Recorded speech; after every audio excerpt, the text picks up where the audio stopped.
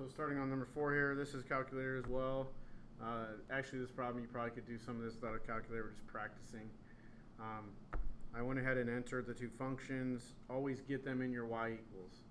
Okay, you can graph and you can do your features that you need to do. Okay, find the area enclosed by the two functions. Top function minus bottom function, so radical x minus 1/2 x.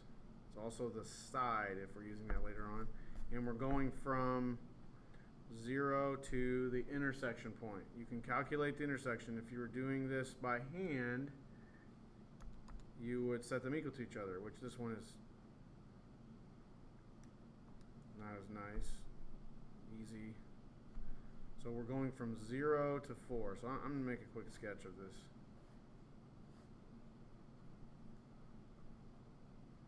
Our intersection point is 4, 2. So if we're going area, we're taking slices this way, 0 to 4. Just for kicks, you could do the same. You could find the area. It doesn't say you have to do it in terms of x. You could find the area going the other way, and we would go from, an equivalent would be 0 to 2 of, in this case it would be the line. This line right here is y equals 1/2 x, so x equals 2y. It'd be the line, 2y, minus the other one is x equals y squared. And those two integrals are equivalent. So sometimes you have to go this direction. This one you're given a choice. So let's calculate. Let's go ahead and calculate our first one. Y equals function int from 0 to 4 of y1 minus y2 dx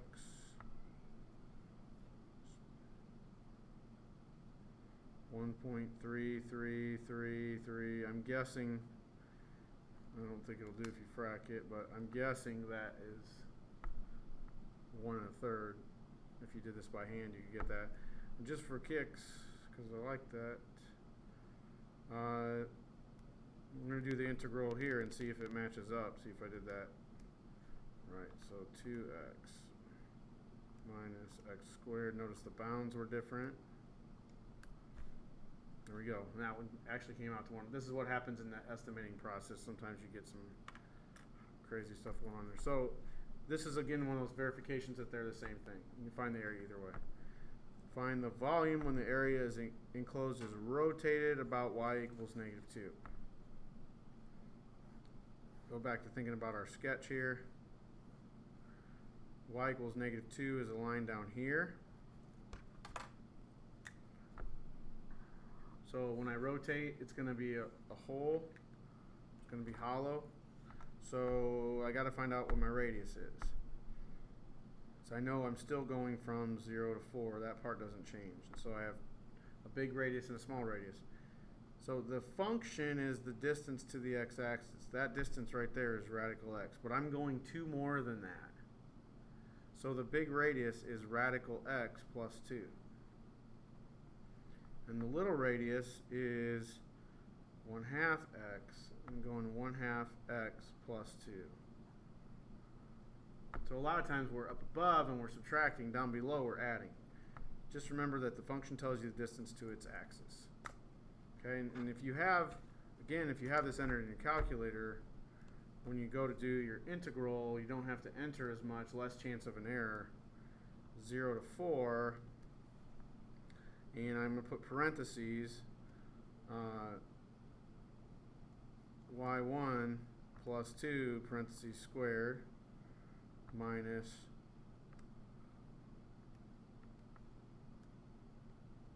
y2 plus 2 parentheses squared dx.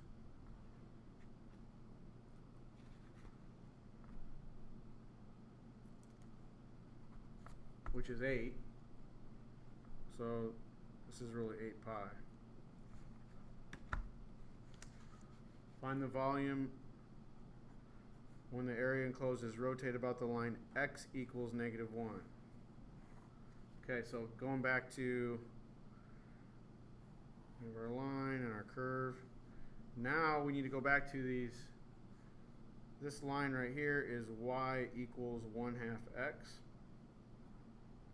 And this is, or sorry, x equals 1/2.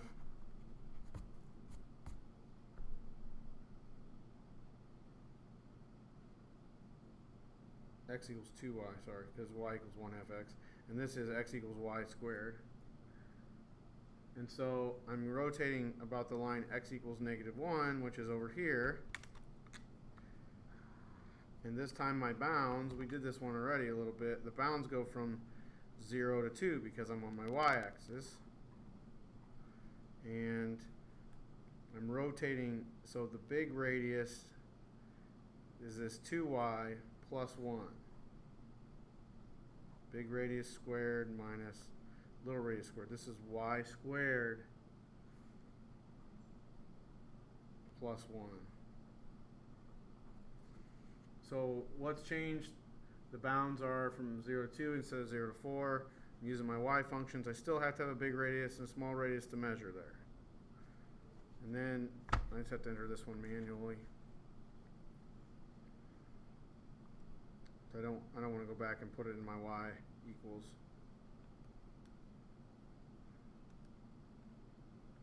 Zero to 2, parenthesis, 2x plus 1 squared minus parenthesis x squared plus 1 squared. 6.933, you can frac it, 104/15 pi.